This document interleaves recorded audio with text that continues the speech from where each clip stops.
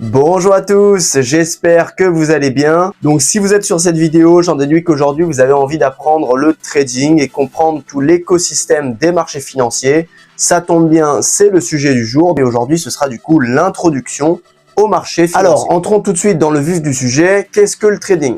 Logiquement, si vous êtes sur cette formation, je pense que vous avez déjà quand même quelques connaissances quant aux notions de trading, mais on va faire un point ensemble. Donc globalement, quand on parle de trading, on utilise très souvent les termes du coup buy et sell, qui veulent tout simplement dire acheter ou vendre, pour ceux qui parlent anglais c'est facile. Et donc vous savez qu'en trading, on peut parier autant à la hausse que à la baisse. Quand on parie à la baisse, ça veut dire qu'on fait une vente à découvert. Et c'est là l'avantage du trading, c'est qu'on se démarque de l'investissement. On peut autant parier sur la hausse de l'actif que la baisse de l'actif. Et donc d'expérience, quand vos proches vous demanderont « Ah, mais comment ça se passe tes finances en ce moment avec toutes ces crises, etc. » Vous pourrez lui répondre que le marché monte ou baisse, vous avez des opportunités. Et on va voir tout au long de cette formation comment identifier ces opportunités sur les marchés. Une chose à comprendre également pour les novices, c'est que quand on utilise les termes acheter ou vendre, il faut bien comprendre qu'on n'achète jamais rien ou on vend jamais rien. Vulgairement, c'est comme si on disait qu'on pariait à la hausse ou qu'on pariait à la baisse. Et donc, le profit est réalisé une fois que la position est clôturée. Par exemple, j'achète l'or à 2000 $. Grâce au mécanisme de levier, j'ai pas besoin d'attendre très longtemps pour pouvoir faire un profit. Si l'or passe de 2000 $ à 2010 $, je considère qu'il a parcouru 100 points et donc je réalise une plus-value lorsque je clôture ma position. Et une chose super importante que je veux que vous compreniez avant qu'on aille plus loin, c'est que les mouvements sur les marchés financiers ne résultent que de flux monétaires. Ça veut dire que ça résulte uniquement de mouvements acheteurs ou de mouvements vendeurs qui considèrent que le prix est soit surévalué, soit sous-évalué. Et à aucun moment, le prix bouge parce que vous voyez un triangle inversé qui se dessine sur votre graphique. Oui, c'est des confirmations de plus, mais le marché ne bouge pas parce que il y a ce triangle-là. Au contraire, ce triangle apparaît parce que c'est une lecture du marché, mais ce qu'il faut comprendre, c'est pas ce qui se passe réellement sur le graphique, mais en dehors du graphique. Et donc, pour comprendre tout ça, on va commencer d'abord par un module d'analyse graphique, puisque c'est le plus simple, et ensuite, on va approfondir avec de l'analyse fondamentale, donc comprendre réellement ce qui se passe dans l'économie en direct.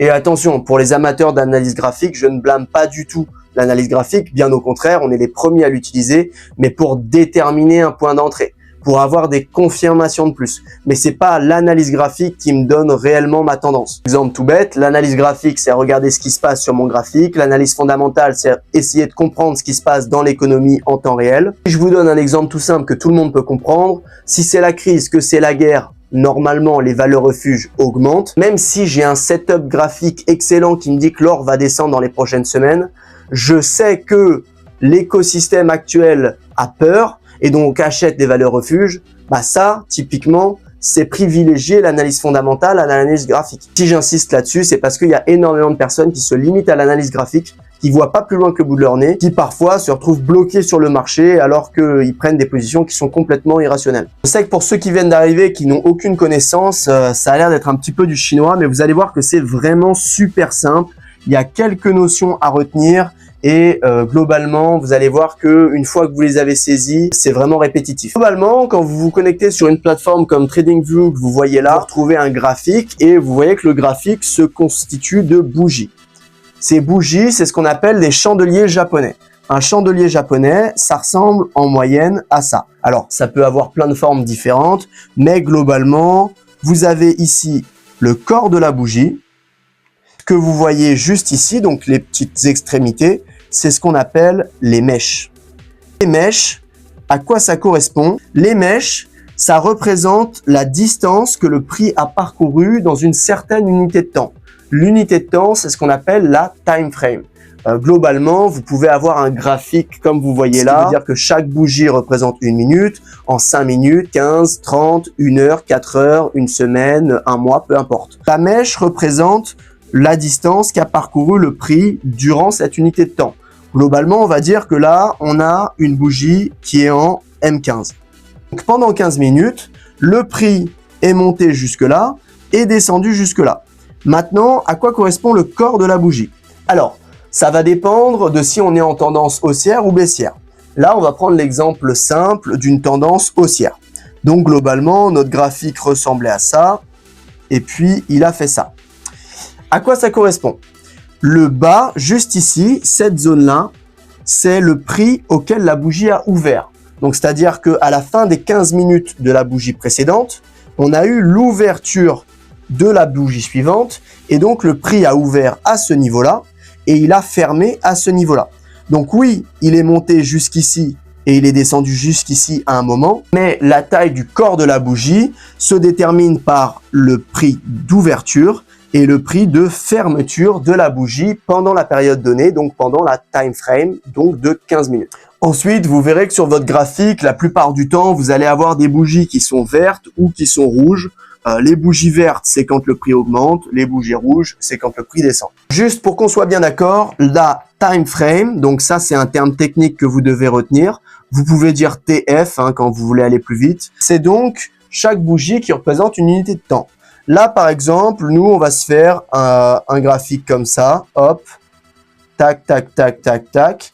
Là, j'ai plein de petites bougies et je dis que ma time frame, c'est du 1 minute. Ça veut dire que là, globalement, on va dire qu'il y a 15 bougies. Ces 15 bougies de 1 minute, du coup, représentent 15 minutes, mais décortiquées par bougie de 1 minute. Ça veut dire qu'on voit vraiment, on zoome sur le prix et on voit chaque minute ce qu'il a fait.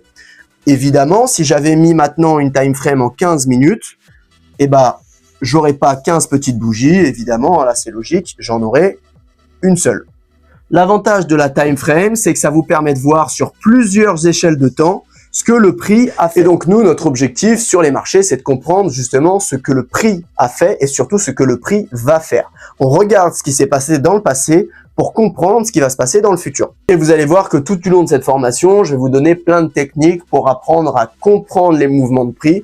Et puis après, ce sera à vous de réunir les confluences qui vous intéressent pour vous créer une réelle stratégie. Donc par exemple, sur un graphique, vous allez avoir quelques indicateurs qui vous permettent de comprendre ce que le prix a fait.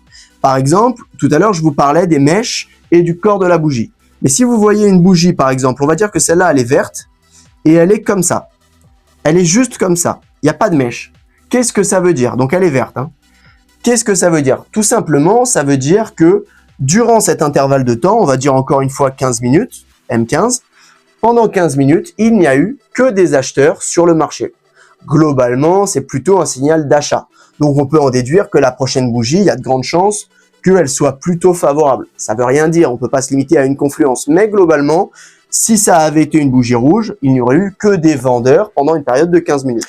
Et donc ça, c'est signe d'un certain momentum. Ça veut dire que la tendance est assez franche. Maintenant, il aurait très bien pu, à la place d'avoir un gros corps, avoir un tout petit corps et une grosse mèche. Ça, c'est une bougie d'incertitude. Ça veut dire que le marché ne savait pas où aller. Et en dernier lieu, par exemple, si j'avais eu une bougie comme ça, par exemple là, qu'est-ce que je comprends? Qu'il y a eu un petit peu d'acheteurs, que le prix a essayé de monter, mais que les vendeurs ont gagné la bagarre et qu'au final, le prix est redescendu, le corps de la bougie qui est verte est toute petite et au final, il y a de grandes chances qu'après une bougie comme ça, qui s'assimile principalement à une sorte de marteau, il est possible que le prix tombe. Encore une fois, c'est pas une confluence qui va dicter votre analyse. Autre information intéressante, vraiment basique, c'est que du coup, sur les graphiques, on va retrouver à certains moments des zones qui ont une certaine importance. On va pouvoir appeler ça des zones de polarité. Donc, ça peut être des supports, des trendlines ou des résistances. Donc, à quoi ça correspond? Typiquement, j'ai mon graphique qui est comme ça. Voilà. Voilà. Là, qu'est-ce que je peux voir? Je vais voir typiquement que, hop là, on voit qu'à un moment, on est venu bloquer 2 fois sur une zone. Alors 2 fois, ça suffit pas forcément. Il aurait fallu au moins 3 ou 4 fois consécutives. Mais on voit qu'on a bloqué 2 fois sur cette zone. Et donc, on peut appeler cette zone une résistance. Globalement, assimiler la résistance à un plafond. C'est une sorte de plafond que le prix va avoir du mal à franchir. Pourquoi on parle de zone de polarité? C'est si, par exemple, on avait cassé ce plafond ici. Au final, on avait cassé ce plafond. Et puis, ce plafond s'était transformé du coup maintenant en sol. Voilà. Et là, c'est ce qu'on va appeler une zone de support. Par exemple, ici, je vois que là, j'ai une zone de support. Là, le prix fait office de sol et donc c'est une sorte de trampoline. Le prix va avoir besoin de rebondir dessus et donc on va venir chercher la liquidité sur ces zones-là. Ça, c'est un principe qui est vraiment fondamental sur les marchés. C'est la base, comprendre les zones de support, les zones de résistance. Il y a des zones psychologiques aussi. Ça arrive que par exemple sur des chiffres ronds, quand vous êtes sur l'or ou sur le Bitcoin, quand on arrive aux 100 000, quand on arrive sur l'or aux 2000, aux 3000, c'est une zone psychologique. Donc même si vous voyez pas au final une ligne qui s'est tracée avec plusieurs touches, juste le fait que ce soit une zone psychologique, ça peut bloquer le prix. Mais encore une fois, c'est pas un indicateur qui vous permet de prendre une position. Vous devez faire une convergence d'indicateurs pour prendre une position. Ensuite, je vous ai parlé de la trendline. La trendline, c'est quand le prix augmente progressivement ou descend. Attention, tout ce que je vous montre dans un sens s'applique dans l'autre. Là, du coup, on va pouvoir tracer une trendline. Et là, on va voir qu'on a une touche, deux touches, trois touches, quatre touches, cinq touches. Là, on sait qu'on a une trendline qui est solide. Une trendline, c'est simplement un support, mais en diagonale. Ça aurait très bien pu être à l'inverse, une résistance en diagonale. Et donc, si j'ai un support et une résistance en diagonale, ça détermine ce qu'on appelle un channel, donc un canal haussier ou un canal baissier.